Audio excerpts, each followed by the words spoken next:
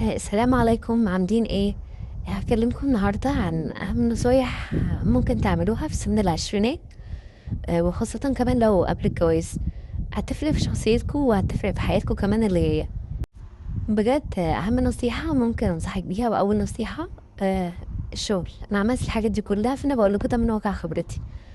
لازم تشتغلي حتى لو انت مش محتاجة فلوس.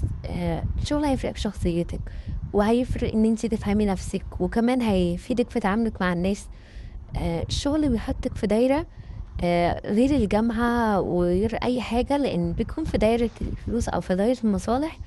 ففي الوقت ده بس الناس بتظهر، فانت لما هتشوفي التعامل بتاعهم في الوقت ده، هتقدري ان انت تكتسبي خبرات كتيرة.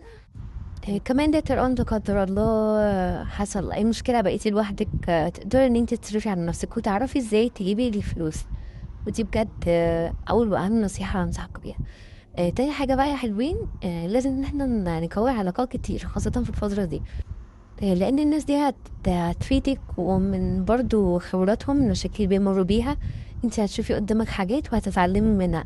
ومن تعاملك مع الناس دي اصلا هيكون في ليكي تجارب كتير جدا، وازاي تفهمي الناس وازاي تتعاملي وازاي تعرفي الناس الخبيثة والناس الطيبة.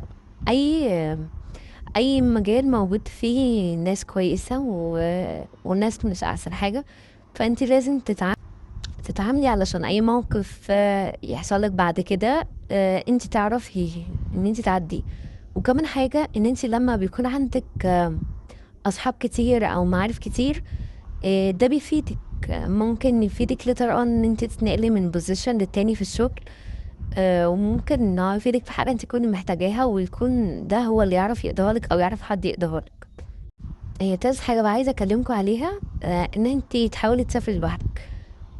سواء انه سفرية صغيرة مع صحابك، سفرية صغيرة حتى لو انت تقدري ان انت تعملي كده لوحدك ممكن تعملي كده. لو مثلا انت من القاهرة تروحي مرسى مطروح، اسكندرية، اي مكان، حتى لو هتروحي السفرية دي ممكن تروحي ترجعي في نفس اليوم. ده هيفرق في حياتك وهتبقى متعة ممكن متعرفيش تعمليها بعد كده.